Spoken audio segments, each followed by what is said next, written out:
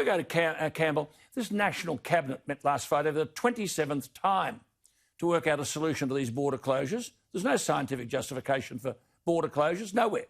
In fact, leading world authorities say they shouldn't exist, including Professor Michael Levitt, I might add, from Stanford University, a world-regarded epidemiologist, but what would he know?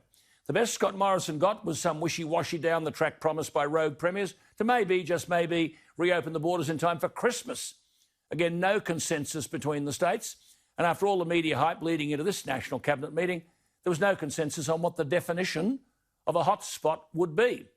Mr Morrison said he put forward a definition and the states were viewing it as a starting point. Prime Minister, this National Cabinet is a failure with a capital F. Get rid of the thing. Anyway, let's go to Campbell. Campbell, what do you make of all of this in relation to a National Cabinet? People are sick of it, aren't they? 27th National Cabinet meeting, what's it achieved? Well, Alan, I think that it is a sham, and I don't think it's working at all. And sadly for the Prime Minister, I think as time ticks on, it will end up making him look politically weak. He's riding high in the polls at the moment, but I think it will make him look ineffectual. Dennis Shanahan, the respected journalist of The Australian, wrote a very interesting piece in the last few days, which I agree with mostly, and he was pointing out that bit about political weakness. The thing I didn't agree with is he was saying the Prime Minister didn't have power, didn't have levers. He has a lot of levers. He just needs to decide to pull those levers and get these premiers into line. Yeah, I mean, all he's doing here is elevating the power of the premiers, and you can see that every day, but he is perceived as weak. There is a crisis across the country that the public understand. People can't move. There's no movement across borders. There are states with no coronavirus cases where you can't go. And they're saying, well, Prime Minister, you're the Prime Minister of the country. What are you doing? Now, while ever he's seen to do nothing, he must be seen as being weak. It's very damaging to him.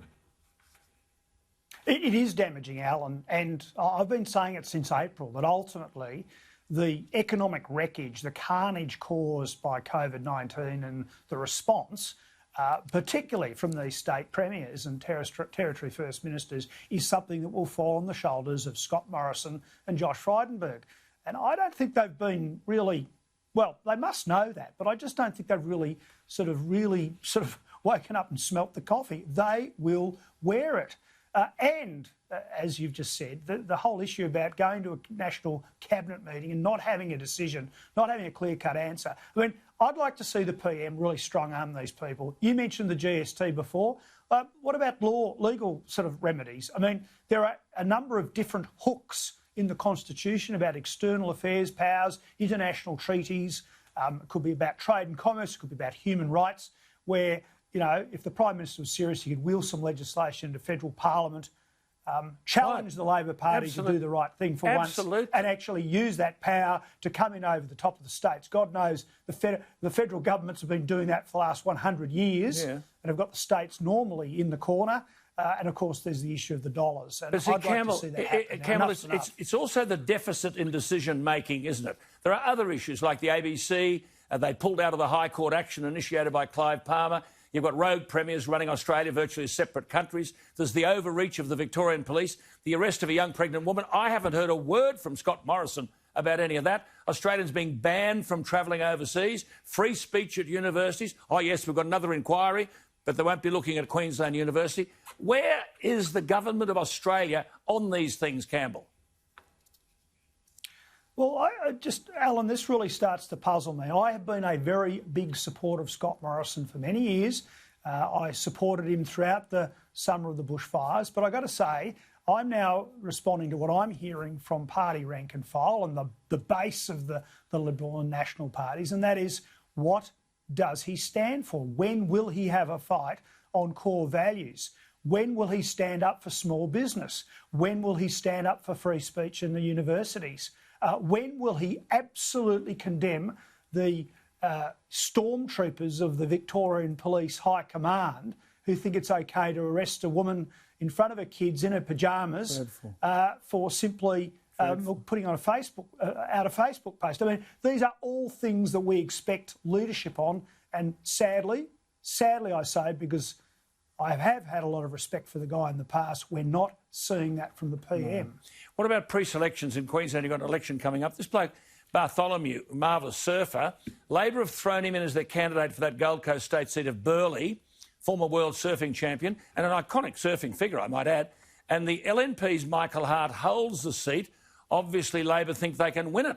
He was $4 a couple of weeks ago. He's now $2.50 on Sportsbet. But the former Labor member for Burleigh, there's Christine Smith, who served in the Parliament from 2001 to 2012, resigned from the Labor Party due to her disgust with a candidate who only joined the Labor Party a month ago. But, of course, when you had the situation in Currumbin and Jan Stuckey left, the Liberal Party and the National Party did exactly the same thing, threw a person in over someone who the electorate wanted. What's going on, Campbell? Well, across Australia, I think, Alan, we see this all the time these days. And my observation is that when you go and do this sort of star candidate from outside, captain's call pick, it usually goes pear-shaped.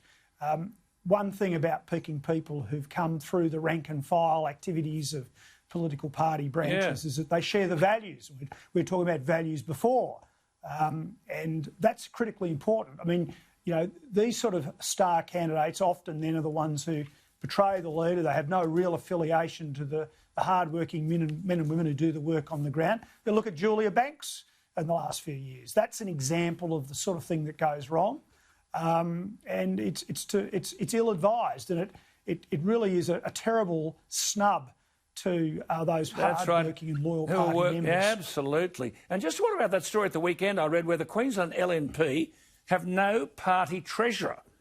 So that means we're only, weeks away from an election and there's no one out there driving fundraising efforts.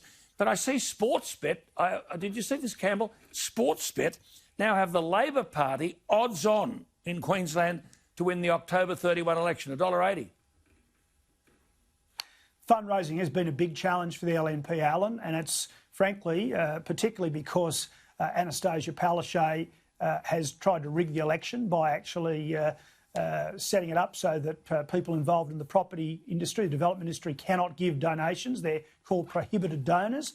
Imagine that, the discrimination against a class of people just because of the business that they're involved in, particularly when you put that on the state sphere. So that's an issue, and the LNP don't have a treasurer, and that's really regrettable.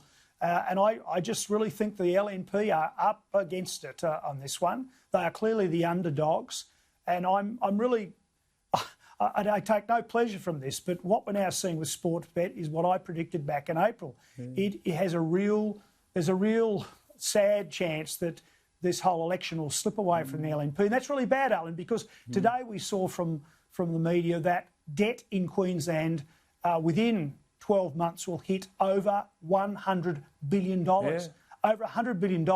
And by the way, the Labor Party today, a lot of the journalists just reported this like it was all okay. They're going to take $1 billion, give it to the Queensland Investment Corporation, get them to invest in small and medium-sized businesses in Queensland. Like it's just sort of, it's like it's the most bizarre doubling down by economic illiterates. Cameron Dick, the state treasurer, clearly clueless, you know, and during this pandemic, they've continued to employ more public servants. They've given them pay rises. Sort of one rule for the public sector, another rule for hard-working men and women, particularly in small business. That's the point, Campbell, isn't it? I mean, it's a private sector recession. All of these people bleating instructions to us, the Jeanette Youngs on $600,000 a year, haven't lost a cent.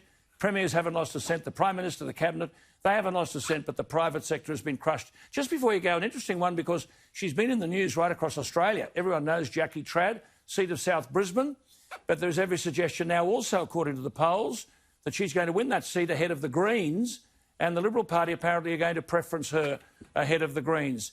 What do you make of Jackie Trad's chances? I mean, if she can win South Brisbane, there's not much hope for the coalition winning government. Well, I think that everyone thought that Jackie Trad was gone for all money, and that report has been around now. I've got one theory, and that is that the Greens have been so heavily involved in this Extinction Rebellion nonsense in Brisbane that people perhaps are waking up to themselves that they're not for the environment. They're a bunch of watermelons, you know, green on the outside, red on the inside, just a bunch of Marxists communists who want to actually completely change the social order of our country. And maybe, just maybe, people are going, Jackie Trad, the Greens candidate, Jackie Trad, the Greens. OK, I'll go for Trad. She's pretty left too, mind you, Alan. Yes, but once upon a time, I did say years ago, on a few occasions, that I'd prefer to vote for the Labor Party for the next 100 years than to vote Greens once. And I'd counsel all Australians to think that way. Yes, I agree. And just the other thing, of course, I suppose the leaders, if they were any value at a state level under this COVID business, Morrison and Albanese won't get into Queensland to campaign, I presume. Well, no, they're not going to be here. And I think, given the popularity of the PM, which I alluded to before, I think that's a real disadvantage for Deb Freckling. I think he really could have boosted her chances. I think Anastasia would be quite happy for Anthony Albanese, who's so caught up and astride the barbed wire fence about coal. I love coal, says Anthony. I love the worker. I'm a worker. You know, he'd be up here in the high vis and the hard hats. I believe in coal. Look, smudged, dirty face. These are workers' hands. No, I don't think so. Anastasia would be thrilled. You're on fire. In fact, you're on fire. Here's a theory, Alan. Before I go, here's a theory. Perhaps these restrictions are about keeping Anthony Albanese out of the state so Palaszczuk can get on with a political agenda there as well. Good to talk to you, Campbell. Talk to you next week. There we are.